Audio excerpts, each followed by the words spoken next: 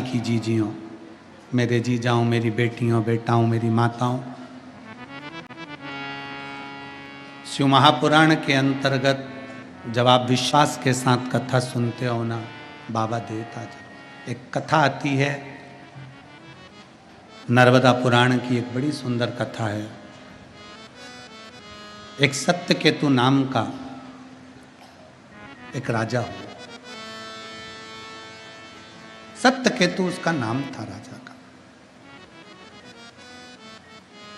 राजा इतना धर्मात्मा था, अपने महल के दरवाजे से राजा कभी अठन्नी नहीं देता था, कभी नहीं। राजा इतना धर्मात्मा था, इतना पुण्यात्मा था, राजा इतना बड़ा दानी था कि अपने घर के दरवाजे से, अपने राज्य के दरवाजे से अठन्नी उस राजा ने दान नहीं करी, एक चवन्नी दी। इतना बड़ा धर्मात्मा था।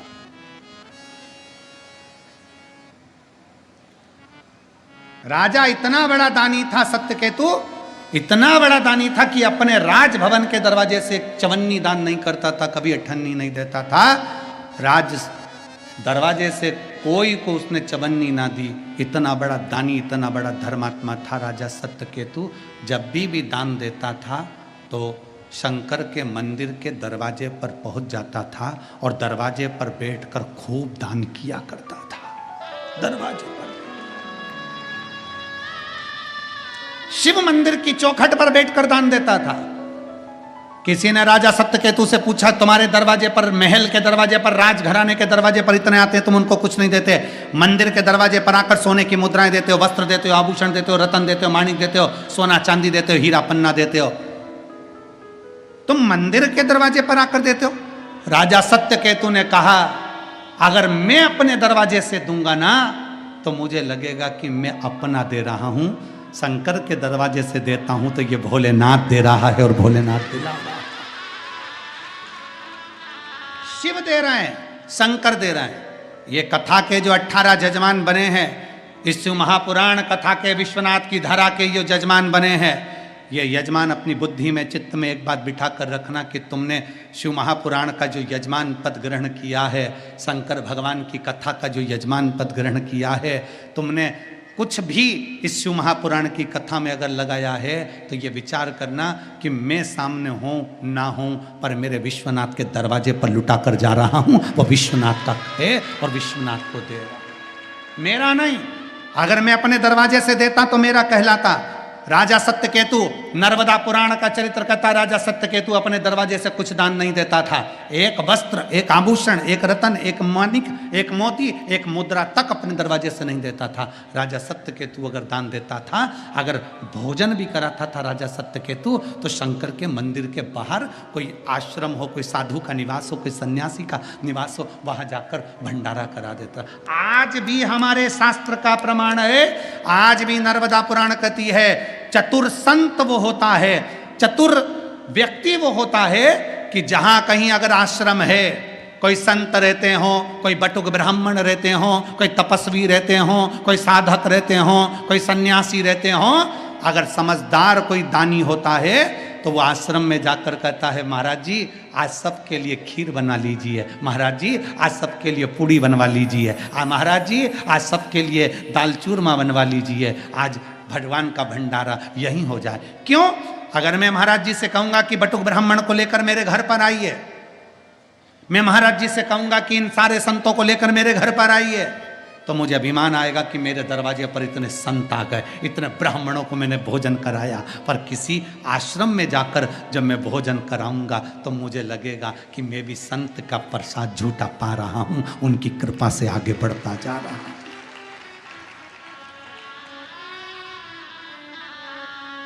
कभी कुबेरेश्वर बाबा की धरा पर आओ, सीहोर कुबेरेश्वर धाम पर जब आप पहुंचो,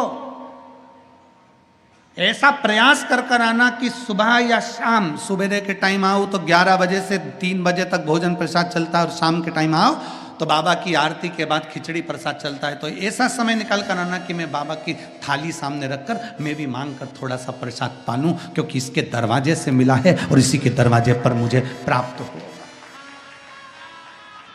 कभी जाएं उसकी चौखट पर,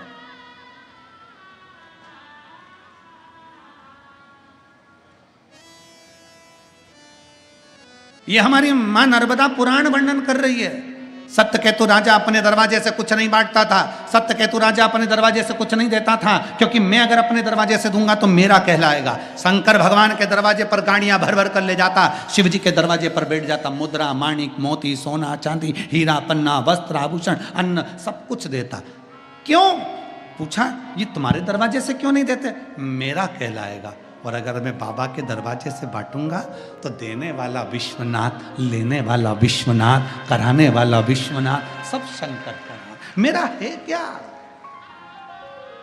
क्या है मेरा? महाराज जी, यहां कई माताएं ऐसी बैठी हैं जिनके घर में 10-10 नौकर काम करते हैं। इन यजमानों में भी यजमान ऐसे ऐसे हैं जिनके यहाँ 10-10, 20-20 नौकर काम करते हैं। पर बाबा की ऐसी कृपा है इन यजमानों पर भी और ये बैठी हुई मेरी जीजी और जीजाओं पर भी कि अपने घर से चद्दर लेकर आई हैं, अपने घर से बिछाने की दरी लाई हैं और अपने घर से कुछ बांटने का साथ में लेकर, अपन जहाँ कथा सुनती है ना वहाँ बैठती हैं पानी की बोतल लेकर। जैसे ही कथा चालू होती है और देखती हैं 1-1.5 घंटे बाद किसी को प्यास लग रही है तो वहीं बैठी बैठी बोतल बांट देती हैं, बिस्कुट बांट देती हैं और सामग्री बांट देती हैं। मेरा ऐसी जीजियों के चरणों को प्रणाम करता हूँ, आपको नमन करता हूँ।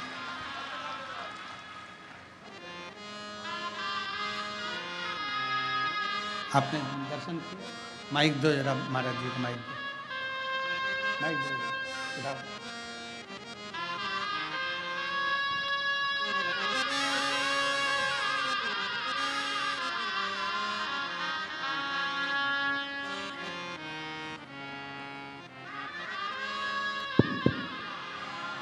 पूज्य महाराज जी, मैं बताना चाहता हूँ, आप जो व्यासपीठ से कह रहे हैं कि किंचित मात्र इसमें कोई गलत और कोई कहे कि बनावटी बोल रहा है, नहीं।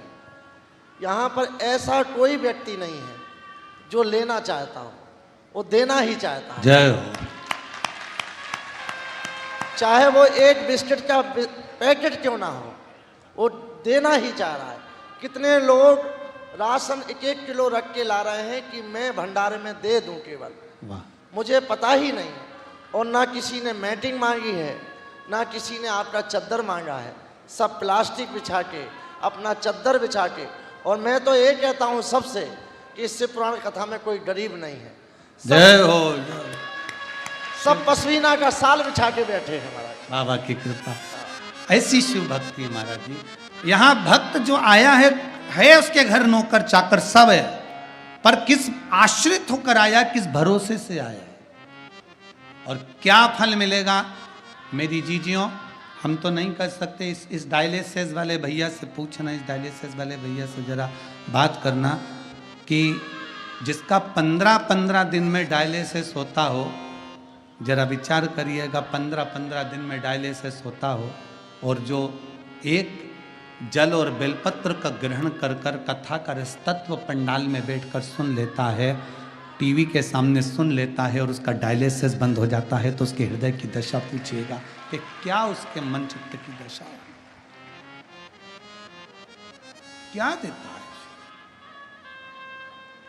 आप विश्वनाथ की धरा पर रहते हो, मैं आपको प्रणाम